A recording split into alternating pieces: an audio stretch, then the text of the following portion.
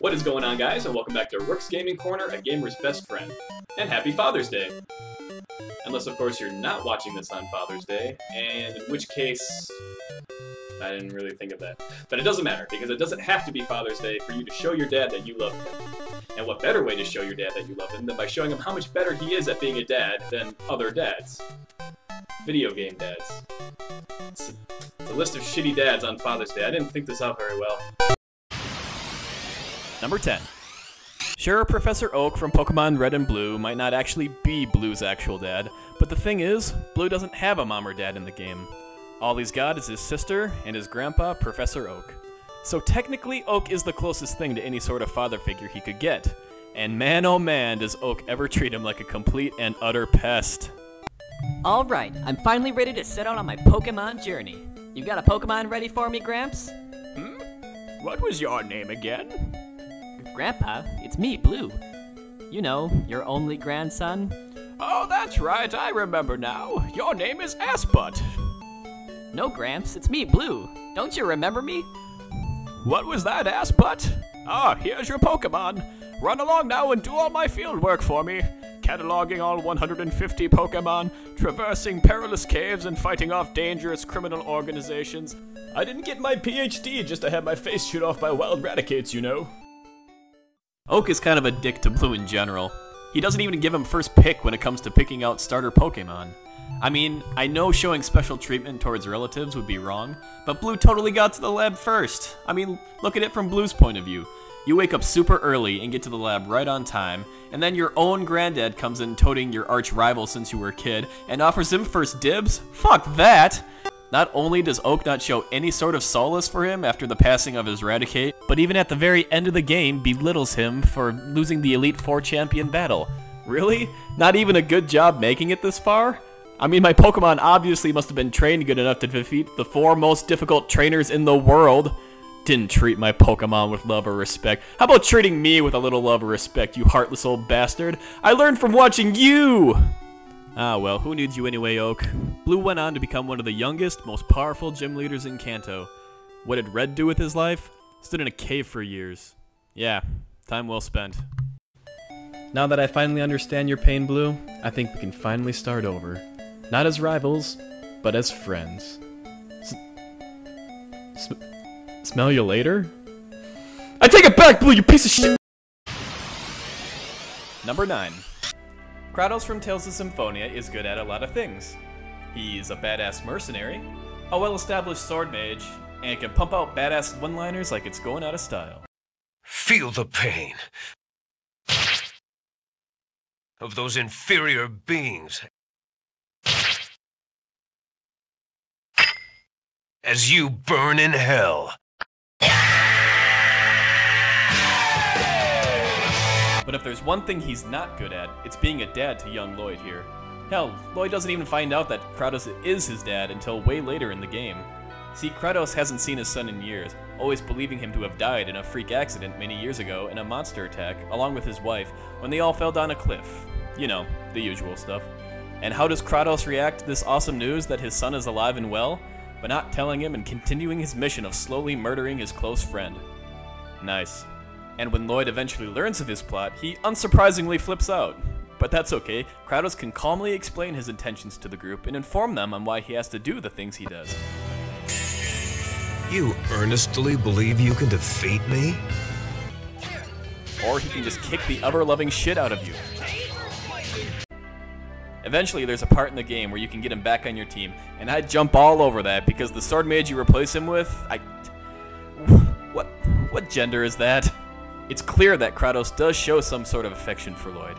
He essentially acts as his tutor/rival throughout the beginning of the game, always pushing him to be better so he can protect his loved ones. It's partly the reason he's so low on the list, but in the end, he does put the needs of the world over his son's best interests. Number 8. Jecht from Final Fantasy X. I love Jecht. He's kind of the shit. Not only is he a rough, gruff blitzball superstar, but he was also a pretty heroic adventurer, sacrificing his life to become the final Aeon that would inevitably defeat Godzilla here. However, he's kind of a shit dad. You with a woman? You can't even catch a ball! Oh, what's the matter? Gonna cry again? Cry, cry. That's the only thing you're good for. That's okay though, because his son Titus is kind of a shit kid.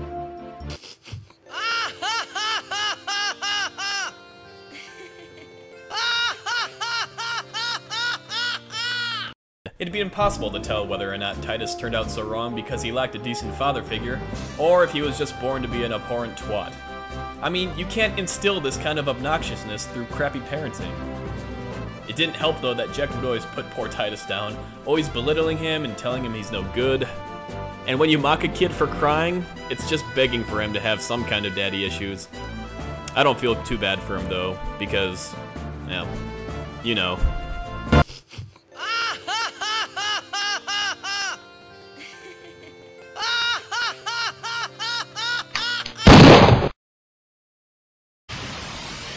Number 7. Fallout 3 is one of the most immersive games of all time.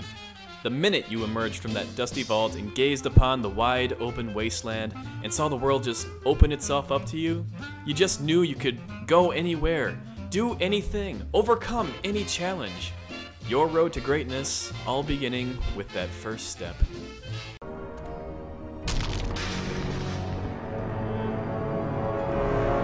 Huh. It's also a game rife with daddy issues.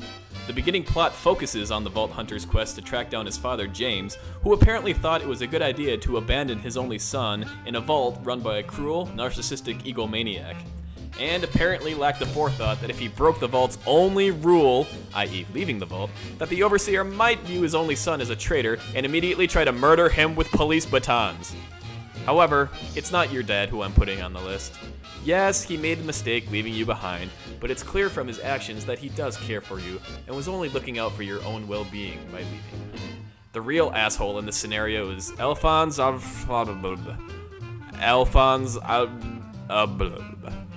Overseer. This guy.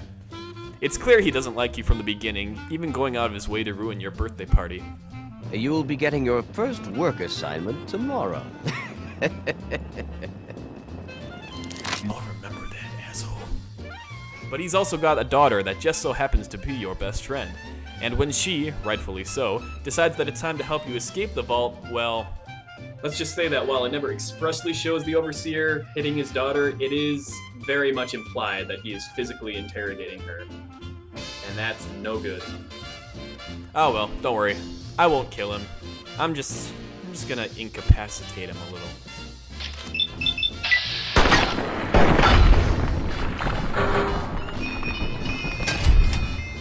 There. Incapacitated. I'll leave you two to catch up. Number 6. Anyone familiar with Greek mythology knows that Zeus is not the best father figure. His parenting style ranges from the completely ignoring his children to trying to plot their inevitable downfall and murder. But in this game, he takes neglecting your kid to a whole new extreme. He always knew Kratos was his son. Maybe want to step in there and help out this whole family dispute there, Pops?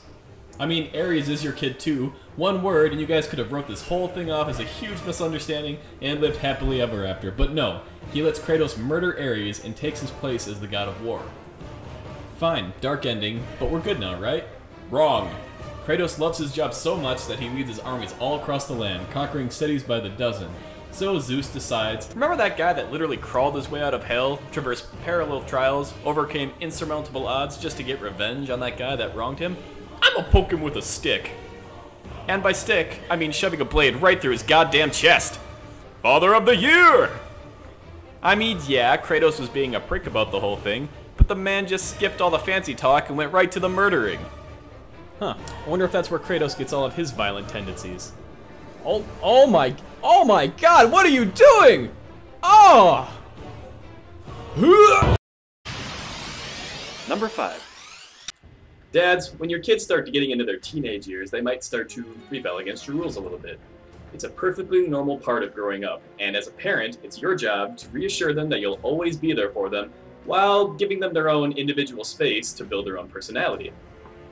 You do not, however, just say fuck it and hit the reset button. And that's exactly what our number 5 pick does, Shao Kahn. No, not that Khan. And I ain't talking about no tiger.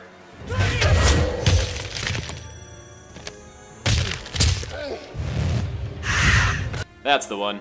When Khan's stepdaughter, Kitana, stops living up to his evil expectations, instead of explaining to her why he really needs another world, decides to take some of her DNA and clone her without her knowledge or consent. How could he possibly have known that would piss her off? Ugh. Women, am I right? Then when she finds out, and surprisingly is not okay with this, he decides to lock her in the dungeon. Now, while I do admit I don't know the first thing about parenting, I think those who do can agree that that was a pretty rookie mistake. Don't worry, Kitana, I'll avenge you. I'll defeat Shao Kahn and...